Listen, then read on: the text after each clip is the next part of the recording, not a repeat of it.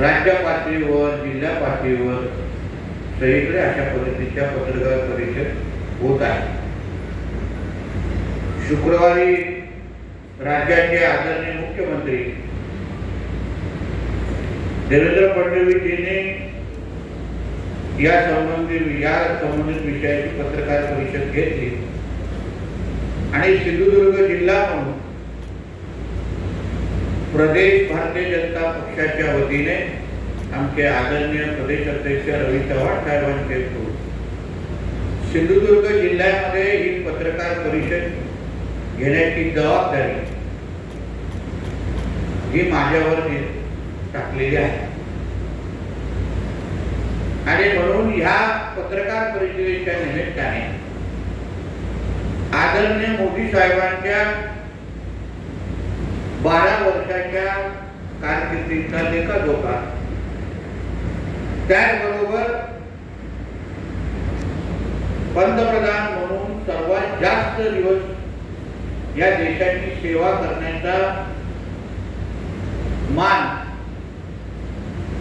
जो मान आहे तोही आमच्या मोदी साहेबांच्या नावाने नोंद झालेला आहे. आणि म्हणून या निमित्ताने आपल्या माध्यमातून आदरणीय मोदी साहेबांच्या ह्या पूर्ण प्रवासाबद्दल, त्यांच्या विविध निर्णयाबद्दल असो, विविध एकत्रित वाटचालीबद्दल मी माहिती देण्याचा प्रयत्न करणार आहे. राज्याच्या मुख्यमंत्र्यांनी जे पत्रकार परिषदेमध्ये तसं म्हटलं तर सगळ्याच विषयावर प्रकाश टाकलेला आहे. म्हणजे आदरणीय मोदी साहेबांनी या 12 वर्षामध्ये या देशामध्ये देशाच्या विविध क्षेत्रामध्ये जी वाटचाल केली, जे निर्णय घेतले, जे परिवर्तन आणलं, त्या सगळ्याच बाबतीमध्ये मुख्यमंत्री साहेबांनी अतिशय विस्तृत पद्धतीने त्या पत्रकार परिषदेमध्ये माहिती दिलेली आहे. म्हणजे 2014च्या अगोदर आपला भारत देश आणि विविध क्षेत्रामध्ये या देशामध्ये झालेलं परिवर्तन, ह्याचा अनुभव आपण पत्रकार असाल, राजकीय पक्षाचे कार्यकर्ते असाल, उद्योजक असाल, पण त्याच्या अगोदर या देशाचे नागरिक म्हणून आपल्याला निश्चित पद्धतीने फरक जाणवला असेल. आम्ही अभिमानाने ज्या गोष्टी बोलतो ते उल्लेख करतो की आमचा हा देश, भारत देश, हिंदुस्थान, ज्या देशामध्ये 90% हिंदू समाज राहतो, या देशाला आपण हिंदू राष्ट्र म्हणून ज्याला उल्लेख करतो त्याचा उल्लेख करतो. मी माझ्या पत्रकार परिषदेतून या एका विषयावर प्रकाश टाकण्याचा प्रयत्न करणार आहे की ज्या देशामध्ये 2014च्या अगोदर गर्व से कहो हम हिंदू है हे बोलायला ज्या गोष्टी आपल्याला भीती वाटायची, कुठलाही आपले सणासुदीवर सर्रास पद्धतीने बंदी घातली जायची, हिंदू म्हणून ओळख आपण सांगायची का, याही बाबतीमध्ये चर्चा व्हायची, भीती पसरायची. 2014च्या अगोदर जो काँग्रेसचा काळामध्ये आपण पाहिला, अनुभवला आणि त्याचं विश्लेषण करण्याच्या बाबतीमध्ये आज आपण कोणाला विचारलं तर 2014च्या अगोदरचा भारत हा तुष्टीकरण आणि लाकूड चालन करणारा भारत देश म्हणून इथे ओळखला जाय. देशातल्या अल्पसंख्यांना केंद्रित करणारं राजकारण, प्रशासन, निर्णय हे एवढेच विषय आमच्या देशामध्ये प्रामुख्याने होय. कुठल्याही सरकारी योजना तयार करत असताना आपली जी तुष्टीकरणाचं राजकारण अल्पसंख्याक वोट बँक ह्याला आपण प्रोटेक्ट कसं करायचं, ह्याला आपण सुरक्षित कसं ठेवायचं, एवढं एकमेव काम अगोदरच्या काँग्रेस सरकारच्या वतीने होत असताना आपल्याला दिसायचं. म्हणजे अतिरेकी कारवाया बघा, काश्मीरची परिस्थिती बघा, मंदिरांच्या अवतीभोवती राम मंदिरचा विषय असो किंवा देशातला राहणारा हिंदू समाज स्वतःला जे असुरक्षिततेची भावना 2014च्या अगोदर जे त्यांच्या मनामध्ये होती त्या बाबतीचे असंख्य उदाहरणं, अनुभव आपल्याला ह्या निमित्ताने ऐकायलाही मिळतील आणि आपल्याला अनुभवायला येईल. एक प्रश्न आपण स्वतःला विचारला पाहिजे की 2014च्या अगोदर युपीए किंवा काँग्रेसचा कुठला तरी पंतप्रधान, मुख्यमंत्री हा कुठल्या तरी हिंदू धार्मिक स्थळाकडे, मंदिरामध्ये जाऊन आपल्याला कधी महाआरती करताना दिसला होता का? देवाच्या समोर जाऊन नतमस्तक होत असताना दिसला होता का? कुठलाही पंतप्रधान डोक्यावर टिळक लावण्याच्या अगोदर 2 वेळा विचार करायचा त्याच्या 14च्या अगोदर. या सगळ्या मध्ये बदल, परिवर्तन समाजामध्ये हिंदू समाजाला केंद्रबिंदू ठेवून देशाचं राजकारण, देशाचे सरकार निर्णय घेऊ शकतात हे उत्तम उदाहरण किंवा हे आदरणीय मोदी साहेबांच्या कारकिर्दीचे पासून दिसायला लागलं, अनुभवायला लागलं. हे माझ्या दृष्टिकोनातून हा अत्यंत महत्त्वाचा विषय आहे. आज 14च्या नंतर झालेले प्रत्येक निर्णयामध्ये तुम्ही पहा, आतापर्यंत जो बहुसंख्य असलेला आपल्या देशामध्ये असलेला हिंदू समाज, ज्याच्याकडे कोण पाहायचं नाही, त्याला केंद्रबिंदू ठेवून कोण निर्णय घ्यायचा नाही, देश, धर्म या तिन्ही मुद्द्याला कोणाला हात लावायचा पण भीती वाटायची. हिंदू समाजाच्या जवळ आम्ही गेलो तर असलेली आमच्या वोट बँक पॉलिटिक्सला धक्का लागू शकतो. हा 2014च्या अगोदरचा असलेल्या काँग्रेस सरकारचा केंद्रबिंदू होता. मग वक्फ सारखे कायदे, त्याच्यामध्ये हिंदू समाजाचे असलेले हक्काची जमिनी ज्या पद्धतीने त्यांच्याकडून काढून घेतल्या गेल्या, वक्फच्या कायद्यामध्ये असे काही अमेंडमेंट आणले गेले युपीए सरकारच्या माध्यमातून, ज्याच्यामुळे असलेल्या हिंदू समाजाच्या जमिनी हे त्यांना न विचारता, त्यांची सहमती नसताना पण ही वक्फची जमीन आहे हे सांगून लँड जिहादच्या नावाने त्यांच्याकडून काढून घेणं,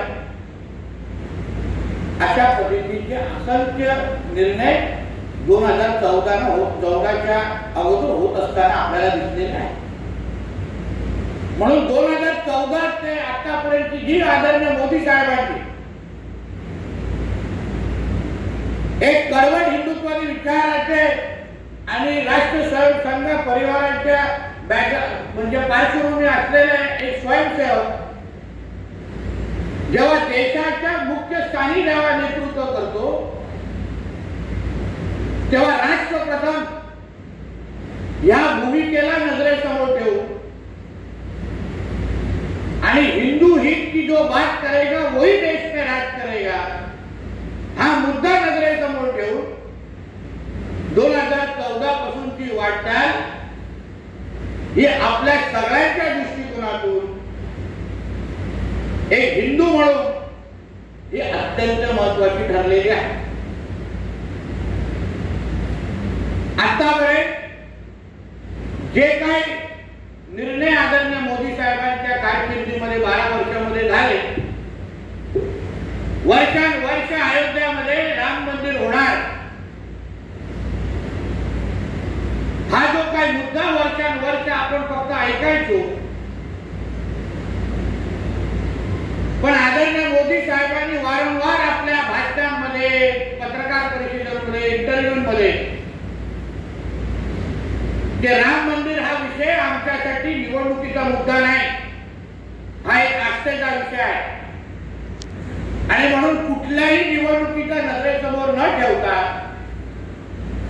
जो वर्षानुवर्ष प्रलंबित असलेला जो कोर्टामध्ये जो केस होती, देशामध्ये कुठलाही छोटी मोठी पण दंगल घडली नाही आणि आज अयोध्यामध्ये भव्य राम मंदिर उभं राहिलेलं आहे आणि प्रत्येक हिंदू समाजाला अभिमान वाटेल अशा राम मंदिराचं दर्शन आणि रामलल्लाकडे जाऊन आपण आशीर्वाद देण्याची संधी आपल्या प्रत्येकाला चालून आलेली आहे. त्याचबरोबर काशी विश्वनाथ मंदिर असो, कॉरिडॉर असो, उज्जैनचा महाकालेश्वर असो, असे असंख्य महत्वाची धर्मस्थळ ज्यांचा विकास करून धार्मिक पर्यटन आणि आपल्यासाठी जे आस्थेचे विषय आहेत त्यांना आदरणीय मोदी साहेबांच्या ह्या 12 वर्षाच्या कारकिर्दीमध्ये त्या धर्मस्थळांना विकसित करून आज जगाच्या पाठीवर त्या धर्मस्थळांचे नाव व्हावं, जगाच्या पाठीत कानोकोपऱ्यातून लोक आज तिथे येतात, आशीर्वाद घेतात.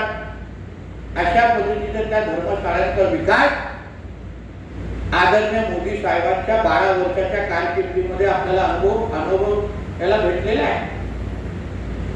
असंख्य महत्वाचे कायदे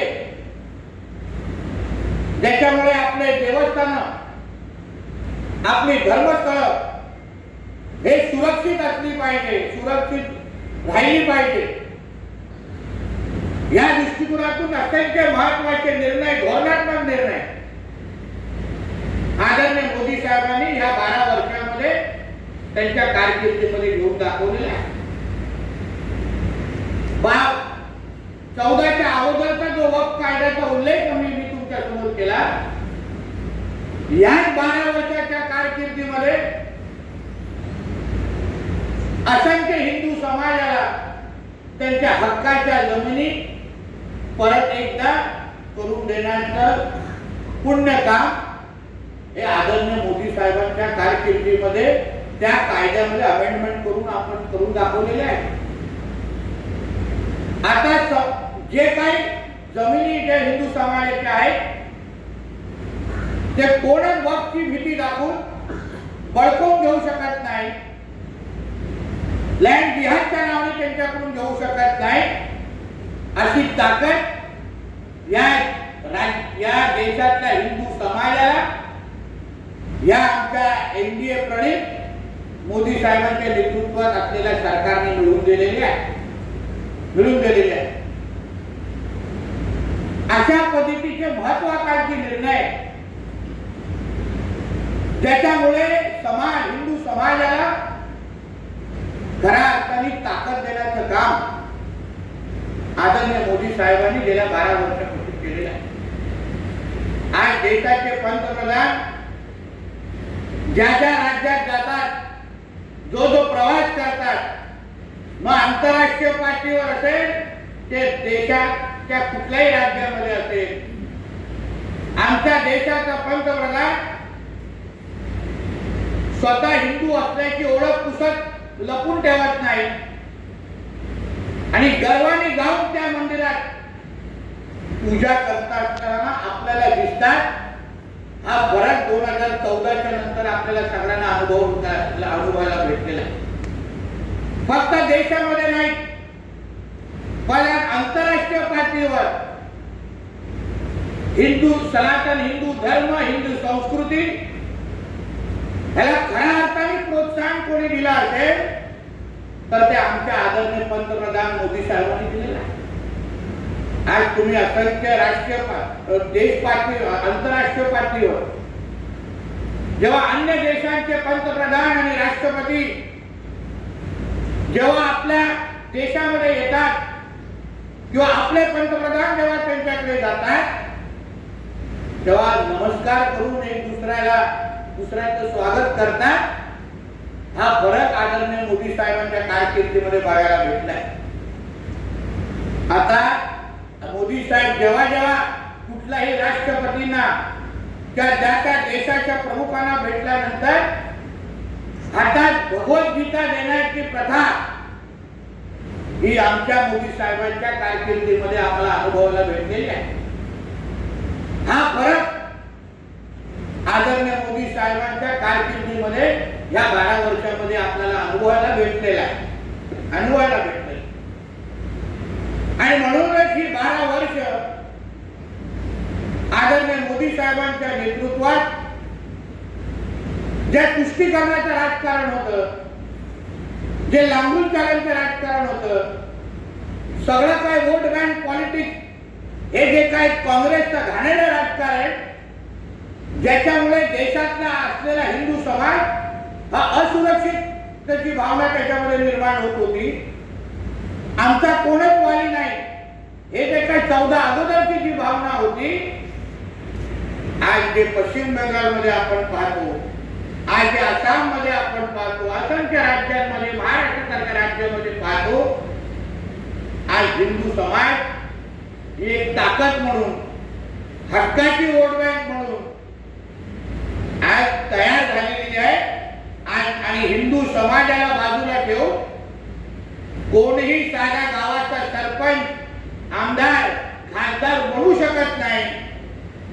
हे जे काय वातावरण आज जे काय देशामध्ये निर्माण झालंय त्याचं सगळं श्रेय आमच्या आदरणीय पंतप्रधान मोदी साहेबांना आणि त्यांच्या 12 वर्षांच्या कारकिर्दीला आपण देऊ शकतो. पण त्याचबरोबर मी ह्याचाही उल्लेख करेन की ह्या 12 वर्षामध्ये ट्रिपल तलाक सारख्या विषयाबद्दल क्रांतिकारी निर्णय घेण्याचं काम आमच्या आदरणीय मोदी साहेबांच्या कारकिर्दीमध्ये झालेलं. म्हणजे राष्ट्रभक्त मुसलमान जे जे ह्या राष्ट्रावर प्रेम करतात, जे जे ह्या तिरंग्याला आपला तिरंगा झेंडा ध्वज मांडतात, जे जे आमच्या समोर वंदे मातरम म्हणतात, त्या प्रत्येकाला तोच मान सन्मान देण्याचं काम आदरणीय मोदी साहेबांच्या कारकिर्दीमध्ये झालेलं. पण जो जो आमच्या देशाकडे वाकड्या नजरेने पाहिजे, जो जो आमच्या देशामध्ये अतिरेकी कारवाया करण्याची हिंमत करेल, त्या प्रत्येकाला ऑपरेशन सिंदूर सारख्या निमित्ताने आमचा हा भारत देश हा हिंदू राष्ट्र म्हणून तुम्ही आमच्याकडे वाकड्या नजरेने बघू शकत नाही, हा कडक इशारा देण्याची हिंमत ही आमच्या मोदी साहेबांच्याच कारकिर्दीमध्ये आपल्याला पाहायला भेटली. नाहीतर 2014च्या अगोदर 26/11 सारखे हल्ले पाहिले, ट्रेनमध्ये आपण बॉम्बलास्ट पाहिलेले आहे. तेव्हाचं जो काँग्रेसचं सरकार ज्या पद्धतीने अतिरेक्यांच्या समोर, पाकिस्तानच्या समोर ज्या पद्धतीने लोटांगण घालायचे, कुठलाही अतिरेकी हल्ला झाल्यानंतर काँग्रेसच्या कुठल्याही पंतप्रधानांना, काँग्रेसच्या कुठल्याही सरकारला कधीही पाकिस्तानला जाब विचारण्याची हिंमत व्हायची नाही. पण आज 2014च्या नंतर पाकिस्तान असो की कुठलेही जिहादी मानसिकतेचे कुठलीही संघटना असो, अतिरेकी संघटना असो, त्या प्रत्येकाला ह्याची जाणीव झाली आहे की भारताचे पंतप्रधान आदरणीय मोदी साहेब असल्यामुळे कोणीही आमच्या या भारताकडे, हिंदुस्थानाकडे, हिंदू राष्ट्राकडे वाकड्या नजरेने पाहू शकत नाही. एवढा चांगली प्रतिमा ही आमच्या भारताच्या बाबतीमध्ये आदरयुक्त भीती ही भारताबद्दल, आपल्या देशाबद्दल निर्माण करण्याचं काम हे आमच्या आदरणीय मोदी साहेबांनी ह्या 12 वर्षामध्ये केलेलं आहे. आणि म्हणूनच आज त्यांच्या 12 वर्षाच्या कारकिर्दीमध्ये विकासाचे असंख्य निर्णय त्यांनी घेतलेले आहेत. त्याच्यामध्ये प्रत्येक क्षेत्रामध्ये आज आपला भारत देश आज अर्थव्यवस्थेच्या यादीमध्ये, महासत्तेच्या यादीमध्ये आज अमेरिका, चीन आणि भारत या पहिल्या 3 क्रमांकावर आणण्याचं काम ज्या आदरणीय मोदी साहेबांनी केलेलं आहे. पण ते करत असताना त्यांनी जे काही तुष्टीकरण आणि लांबून चालण्याचं जे राजकारण होतं, घाणेरडं अल्पसंख्याक केंद्रित जे वोट बँकचं राजकारण होतं, त्याला बाजूला सारून खऱ्या अर्थाने भगवाला मान सन्मान देण्याचं काम हे आमच्या आदरणीय मोदी साहेबांच्या नेतृत्वात गेल्या 12 वर्ष आपल्याला अनुभवायला भेटले. आणि म्हणून या त्यांच्या 12 वर्षाच्या ह्या पूर्ण प्रवासाचा लेखाजोखा घेत असताना, विकास करत असताना सुरक्षित आपल्या देशामध्ये असणं, जसं मी उल्लेख केला, गर्व से करो हम हिंदू है, ही ओळख अभिमानाने सांगणं, जय श्रीराम सारख्या घोषणा आपण हक्काने कुठेही देऊ शकतो. आज बांगलादेश मधला हिंदू असेल, पाकिस्तान मधला हिंदू असेल, प्रत्येकाला माहिती आहे की आमच्यासाठी सर्वात सुरक्षित देश कुठला असेल तर तो भारत देश आहे. मोदी साहेबांच्या नेतृत्वात असलेला आमचा हा भारत देश आहे. ही ओळख, असा कणखर नेतृत्व ह्या 12 वर्षामध्ये आपल्याला एक भारतीय म्हणून अनुभवायला भेटलं. हे आपल्यासाठी सर्वात अभिमानाची गोष्ट आहे. जे 14 अगोदर जे आपण हिंदू म्हणून करू शकलो नाही, 14 नंतर आपण प्रत्येक जण आपल्या घरात, म्हणजे आपल्या हिंदू सणासुदी असो, आपल्या हक्काच्या जमिनी असो, लव जिहाद सारख्या केसेस संदर्भात प्रशासनाची कडक भूमिका असो, किंवा समान नागरिक कायदा असो, या सगळ्या बाबतीमध्ये आपण हक्काने आणि अभिमानाने आणि खुल्या मनाने आणि खुल्या वातावरणामध्ये आज ज्या देशामध्ये आपण बोलू शकतो, एक दुसऱ्याची चर्चा करू शकतो, आणि ते निर्णय होत असताना जे अनुभवायला आज आपल्याला भेटतात, ते सर्वात मोठं योगदान आदरणीय मोदी साहेबांनी गेल्या 12 वर्ष आपल्यासाठी दिलेलं आहे. या बाबतीमध्ये भारतीय जनता पक्षाचा कार्यकर्ता म्हणून मला निश्चित पद्धतीने त्याच्याबद्दल अभिमान आहे. पण एक हिंदू म्हणून माझ्या देशाच्या पंतप्रधानांनी माझ्या देशाला एक सुरक्षित देश, सर्वात जास्त सुरक्षित देश कुठला असेल तो आमचा भारत देश आहे, ही जी खऱ्या अर्थाने ओळख मिळवून दिली त्या आदरणीय पंतप्रधान मोदी साहेबांना आमच्या सिंधुदुर्गच्या वतीने मी मनापासून त्यांचं अभिनंदन करतो. आणि त्यांना ह्या 12 वर्षाच्या यशस्वी कारकिर्दीसाठी आणि असंख्य भविष्यामध्ये रेकॉर्ड अजूनही तोडणार आहे, हे तो सुरुवात आहे. नेहरूजींना मागे टाकलंच आहे, पण प्रत्येक क्षेत्रामध्ये आपल्या भारत देशाला अग्रेसर देश आणि एक क्रमांकावर ठेवण्याचं काम आमचे मोदी साहेब त्यांच्या नेतृत्वात आणि त्यांचं पूर्ण केंद्र सरकार निश्चित पद्धतीने ठेवेल, हा विश्वास या निमित्ताने व्यक्त करतो. इथेच थांबतो. धन्यवाद. आपले